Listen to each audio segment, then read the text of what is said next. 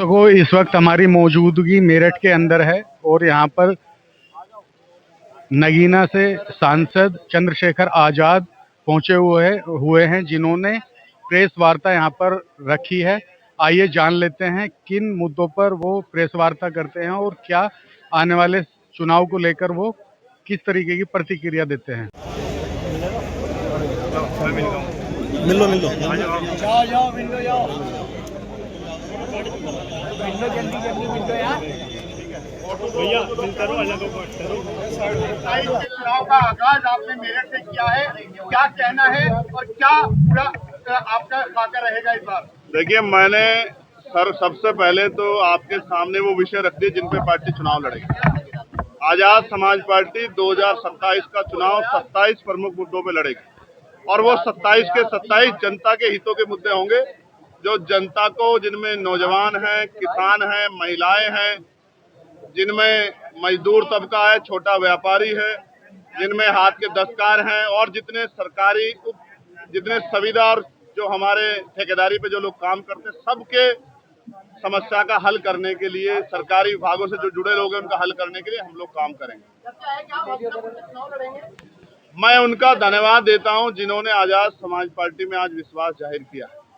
ये विश्वास इस बात का परिणाम है और पैमाना भी है कि आजाद समाज पार्टी की शक्ति बढ़ रही है और जो लोग संघर्ष करना चाहते हैं वो लोग आजाद समाज पार्टी के साथ खड़े हो रहे हैं।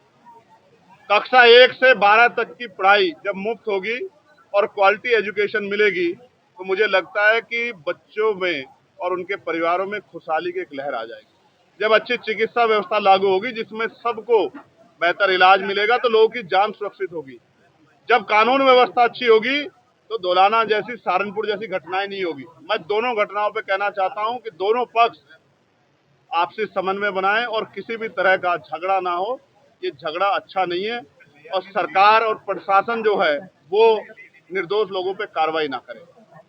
हम ये चाहते हैं टोल हो या कई और ऐसे विषय, चाहे बिजली का विषय हो, जिनमें जनता की जेब को नुकसान हो रहा है, वो नुकसान होना बंद रहे और नौजवानों को रोजगार मिले, बैकलॉग भरा जाए, प्रमोशन में रिजर्वेशन लागू हो, पुरानी पेंशन बहाल हो और शराबबंदी आजाद समाज पार्टी के मुख्य मैनिफेस्टो में इसको हम करने का काम करें।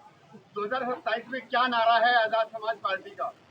नारा तो उत्तर प्रदेश की जनता को इस लाचारी से निकालना है। उत्तर प्रदेश की जनता होगी खुशहाल, तभी बदलेंगे उत्तर प्रदेश के सूरत हाल। इसी बात को लेकर हम जनता के बीच में जाएंगे और मेरा विश्वास है जून से जो यात्रा जो है चिंतन शिविर के बाद पार्टी तय करेगी, उस यात्रा के जरिए हम अपने विषयों को, मुद्दों को घर घर लेके जाएंगे। पूरी यूपी में हर विधानसभा में चुनाव लड़ने जा रहे हैं आप? ये पार्टी का संगठनात्मक फैसला है कि वो चुनाव की उस पर लड़ेगी। तैयारी तो 403 विधानसभाओं पे है, 403 पे लड़ेगी या 400 पे लड़ेगी। मैं भी पार्टी का आपकी तरह एक कार्यकर्ता हूँ, मैं व्यक्तिगत रूप से कोई स्टेटमेंट नहीं देना चाहता। जिस दिन पार्टी अपना लेटर जारी कर देगी मैं आपके सामने रखूंगा। प्रधानमंत्री ने कहा है सोना ना खरीदे, पेट्रोल ना कम कर दे और मुख्यमंत्री ने जो मंत्री और तमाम जो वीवीआईपी है उनकी फ्लीट जो है वो 50% साफ कर दी है। क्या लग रहा है किस तरफ हम बढ़ रहे हैं, देश किस तरफ जा रहा है? इस तरह की जो अपील है उसके पीछे के क्या मायने? कई सारे डर और भय है लोगों के मन में। किसी को लगता है कि बैंकों का प्राइवेटाइजेशन भी हो सकता है इसकी आड़ में। कई लोगों को लगता है बैंकों में उनका पैसा सुरक्षित नहीं, और कई तरह से ये भी लगता है कि भाई चुनाव को जो है प्रभावित करने के लिए या जो सोना लोगों ने अपने घरों में रखा है उस सोने को निकालने के लिए सरकार कर रही है। लेकिन जब आपने सवाल किया तो मुझे लगा कि आप ये कह रहे हैं कि प्रधानमंत्री कल ये ना कह दें कि अब सोना कम करो और 12 घंटे की जगह 18 घंटे काम करो, तब जाके रोटी की व्यवस्था होगी। पता नहीं क्या कहते हैं हमारे प्रधानमंत्री, लेकिन सच ही है।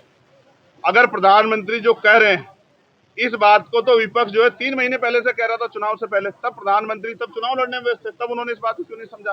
तब तो कहते हैं हमारे पे गैस की कमी नहीं है, हम पे पेट्रोल डीजल की कमी नहीं, उर्वरक की कमी नहीं, फर्टिलाइजर की कमी नहीं, तब तो कहते सब अच्छा है। लेकिन अचानक से क्या हुआ कि चुनाव का रिजल्ट आया, शपथ ग्रहण कार्यक्रम चल रहा तत्काल। और मुझे पीड़ा इस बात की है, जो कहता है पहले, जैसे गांधी जी ने कहा कि भाई नमक छोड़ो, तो पहले उन्होंने ये नियम अपने ऊपर धारण किया, लेकिन देश के प्रधानमंत्री ने कहा और फिर असम के जो है समय उसमें जब मंत्रिमंडल के गठन में मुख्यमंत्री की शपथ में आप जा रहे हो तो हर आपका मुख्यमंत्री जा रहा है हमारे प्रदेश का, कि उनके बगैर सफेद नहीं हो सकती है क्या? क्या केंद्रीय मंत्री हुए शपथ नहीं और सब प्राइवेट जेट से जा रहे हैं? तो समझ आता है कि आप अपने खर्चों में कोई कटौती नहीं कर रहे हो, जनता से मांग कर रहे हो। जनता महंगाई से लड़ेगी, बेरोजगारी से लड़ेगी, परेशानियों से लड़ेगी, रोजगार से लड़ेगी, तमाम तरह की समस्याओं से लड़ेगी और भारतीय जनता पार्टी सिर्फ चुनाव लड़ेगी, ऐसा हमें लग रहा है। क्या चंद्रशेखर आजाद खुद विधानसभा चुनाव में चुनाव लड़ने जा रहे हैं? यदि हाँ तो कहाँ से? अगर ये मेरा फैसला व्यक्तिगत होता और मैं व्यक्तिगत फैसले लेता तो मैं आज ही आपको बता देता। पार्टी का जो आदेश होगा मैं उसका सम्मान करूंगा। पार्टी कहेगी तो लड़ूंगा, पार्टी मना करेगी तो नहीं लड़ूंगा। पार्टी जहां से कहेगी वहां लड़ूंगा, अगर मेरठ से कहेगी तो मेरठ से लड़ूंगा, पार्टी अगर मना करेगी तो नहीं लड़ूंगा। गठबंधन की कोई योजना है सीएम बनने के लिए? आप ये जो आज इतनी सारी पार्टी के लोग छोड़ के आए, ये गठबंधन ही तो है। आप इसको देखना नहीं चाहते। वहां विजय को कौन देखना चाहता था? सब लोग कहते कुछ सीटें कुछ सीटें कुछ सीटें। आप ऐसा ही लोकसभा पहले चुनाव से पहले सोचते थे कि चंद्रशेखर को मिल जाएंगे 20,000 वोट, लेकिन जनता है भाई ये। आप जनता को मालिक मानिए और जनता तक बात पहुंचे, इसलिए हम यात्रा कर रहे हैं। विजय की पद पे लेकर चल रहे हैं? मैं तो जनता की जो समस्या है उनको, क्योंकि मैं पास संगठन में जानता हूं, उनकी समस्या का हल करने के लिए संघर्ष कर रहा हूं। रही बात नीट की, नीट पहली बार नीट का पेपर लीक नहीं हुआ है और उत्तर प्रदेश में तो कोई ऐसा पेपर जो लीक नहीं हुआ। और ये सरकार है जो कहती है कानून व्यवस्था के बड़े बड़े दावे करती है, ये पेपर नहीं संभाल पा रही है। और माफियाओं में किसका नाम आ रहा है? पेपर माफिया, सत्ता से जुड़े लोगों का। मैं तो कहता हूं एनएसए लगनी चाहिए, सख्त कार्रवाई होनी चाहिए, इनकी संपत्ति जब्त करनी चाहिए जो पेपर माफिया है, क्योंकि ये 22 लाख बच्चों के भविष्य का खिलवाड़ नहीं कर सकते। मैं कहना चाहता हूं ये बहुत पीड़ा का समय, लोगों ने अपने पेट काट काट के अपने बच्चों को पढ़ाया है, आज उनके सपनों को कुचला गया है इस सरकार की लापरवाही के द्वारा। ये शिक्षा मंत्री जिम्मेदारी उठाएं और इस्तीफा दे अपने पद से, अगर उन्हें हिम्मत है तो, और नहीं देते तो फिर ये जनता का बेवकूफ बनाना बंद करें। तमिलनाडु के प्रधान मुख्यमंत्री ने क्या नया एक मैसेज दिया है समाज को विजय ने? तमिलनाडु की बात करने के बजाय अगर हम उत्तर प्रदेश के मुख्यमंत्री से पूछें कि उत्तर प्रदेश के किसानों का क्या होगा, उत्तर प्रदेश के किसान और जो बिजली की मार इन पे पड़ रही है, आपने वादा किया था किसानों की आय दुगनी कर देंगे और बिजली जो है वो आधे दामों में मिलेगी, इनका बिजली का बिल माफ होगा, इनका कर्ज कर दिया गया माफ मुख्यमंत्री ने। जून में वैसे ही गर्मी हो जाती है, लेकिन सियासी तापमान आप बढ़ाने जा रहे हैं। जून में ऐसा क्या है कि घर घर गांव गली गली जाने के लिए आपने हमसे बात की है, क्या पूरा प्लान है? आज तो नहीं बता सकता, आज तो इतना ही कह सकता हूँ कि हम किसान परिवारों के लोग, जून हो या दिसंबर, हमें तो अपना काम करना ही करना है, चाहे सर्दी हो या गर्मी, आंधी हो तूफान। हम अगर अपना काम नहीं करेंगे तो किसानों के घर कैसे चलेंगे, अनाज कैसे होगा, लोगों का पेट कैसे भरेगा देश का? हम तो देशभक्त हैं, किसान परिवारों से आते हैं तो संघर्ष के रास्ते पर संघर्ष करेंगे, चाहे गर्मी हो या तूफान। आपने एक बड़ी महत्वपूर्ण बात बोली है कि सड़कें सबके लिए समान हों। क्या फिर से जो नमाज पढ़ी जाती है वो सड़कों पे पढ़ने का हक रख पाएंगे मुस्लिम समाज अगर आपकी सरकार बन जाती? पहले पढ़ी जाती थी, आपको आपत्ति है इस बात पे?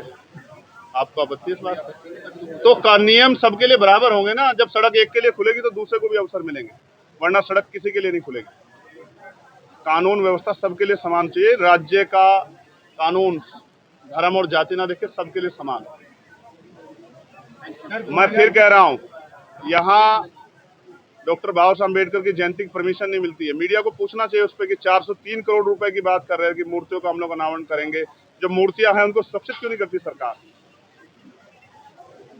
हम जब काम करेंगे तो हिंदू मुसलमान के एजेंडे को नहीं लागू होने देंगे जनता के बीच में। मैं आपको बताना चाहता हूँ, अगर कोई होगा तो हिंदू भाई उसका खड़े होकर स्वागत करेंगे, मेरी बात को आप याद रखें।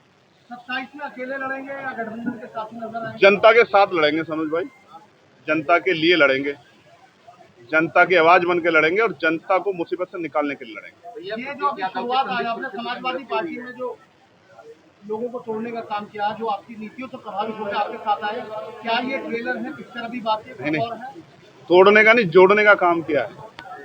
हमने लोगों को जोड़ा है और उन लोगों को जोड़ा है जो संघर्षशील लोग हैं, जो पिछले 20-20, 15-15 साल से चप्पल घिस रहे हैं, मेहनत कर रहे हैं, मुकदमे झेल रहे हैं, जेल जा रहे हैं, एनआरसी में मार खाए बैठे हैं, लोगों की लड़ाई लड़ी है। उनको हमने जोड़ा है कि उनको संघर्ष करने वाले साथियों को हमारे साथ काम करना चाहिए। और मैं उनका धन्यवाद करता हूँ कि उन्होंने आजाद समाज पार्टी में आस्था विश्वास व्यक्त किया। एक सवाल और रह गया यार, इनका भी सवाल। परिस्थिति में रखी हुई है, जांच चल रही है, 100,000 पहुंच चुका है घर पर, पोस्टमार्टम हो रहा है। सर क्या कहना चाहेंगे राजनीतिक परिवार से लाल सिंह के बेटे? देखो, मैंने अपनी संवेदनाएं तो प्रकट कर दी और कुदरत उनको संबल दे, लेकिन जिस तरह की चर्चा सामने, अभी मैं उस पर इतना ही कहूँगा, पोस्टमार्टम रिपोर्ट आएगी, डॉक्टर्स के सामने जो डॉक्टर्स बताएंगे उसके आधार पर हम कुछ भी कह सकते हैं। इसमें ये कुछ विषय ऐसे हैं जिनको राजनीतिकरण नहीं जिनका किया जा सकता। सेंट्रल मार्केट के लिए आप कुछ कहना चाहेंगे? सेंट्रल मार्केट के लिए मैं कह चुका हूँ कि सरकार के हाथ में था, सरकार चाहती तो बहुत कुछ मदद कर सकती थी और अभी भी कर सकती है ना। जिन दुकानदारों को नुकसान हो रहा है उनको अलग से, आपने वादा तो किया था हम लोग जो हैं शॉपिंग मॉल में अलग से दुकानें देंगे, दे दो, क्या दिक्कत होगी। लेकिन आपके वादे जनता से खोखले हैं, क्योंकि आप जनता से वोट चाहते हो और जब चुनाव बीत जाता फिर आप उनकी तरफ देखना नहीं चाहते। आप सरकार में होगी, उनकी मदद नहीं कर सकते, हम तो विपक्ष में उनके हर समय साथ खड़े हैं, जहाँ उनको हमारी जरूरत है उनके साथ। आप जा रहे हैं? टोटल कितनी ज्वाइनिंग हुई है आज? गिन लेना आप लोग। जाएंगे सेंट्रल मार्केट? ये आप चलोगे मेरे साथ? आप चलोगे तो फिर बहुत सारे जगह पे जाएंगे। सर आज के सवाल इसमें ये है, सेंट्रल मार्केट में कुछ चुनिंदा भवन छोड़ दिए गए हैं, आवास विकास पर आरोप है कि सेटिंग गेटिंग करके जो शक्तिशाली लोग ये बात आप प्रशासन से पूछो, मुझसे क्यों पूछ रहे हो? आप क्या कहना चाहेंगे? मैं तो ये कहना चाहता हूँ, किसी के भी न टूटे। घर बनाने में, दुकान बनाने में बहुत उम्र लग जाती है, एक पीढ़ी 2 पीढ़ी गुजर जाती है। जो बनाता है उसी को पता होता है, जो तोड़ता है उसको कहाँ पता है। ये तो तोड़ने वाली सरकार है। जिंदाबाद, हम तुम्हारे साथ